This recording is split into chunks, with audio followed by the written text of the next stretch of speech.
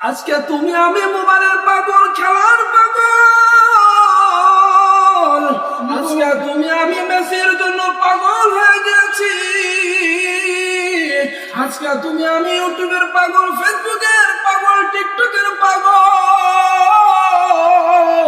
আল্লাহ তাআলা তোমাকে আমাকে এত সুন্দর করে সৃষ্টি করেছেন, এত মায়া করে বানাইছেন।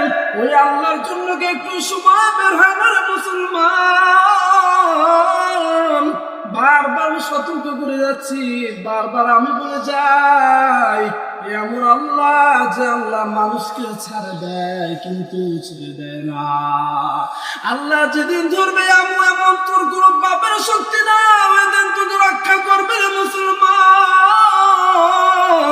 এমন কোন নেতা নাই তোকে রক্ষা করবে, তোর বিপদ থেকে বাঁচাইবে।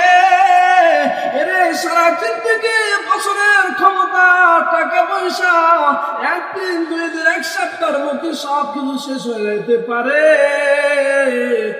মুসলমান, এই দুনিয়ার দাপটে ক্ষমতা দেখে কোন লাভ নাই।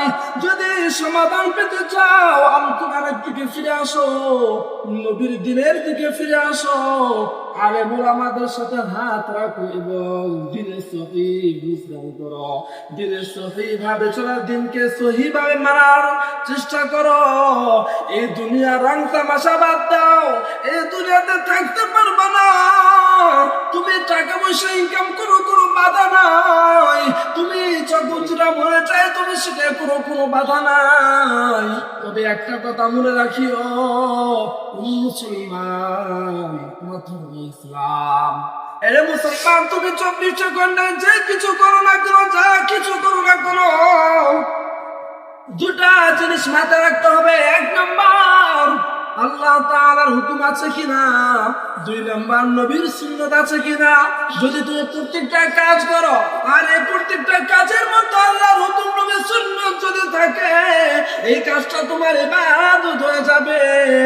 এরে মুসলমান, ইসলাম এত সহজ, ইসলাম এত সহজ।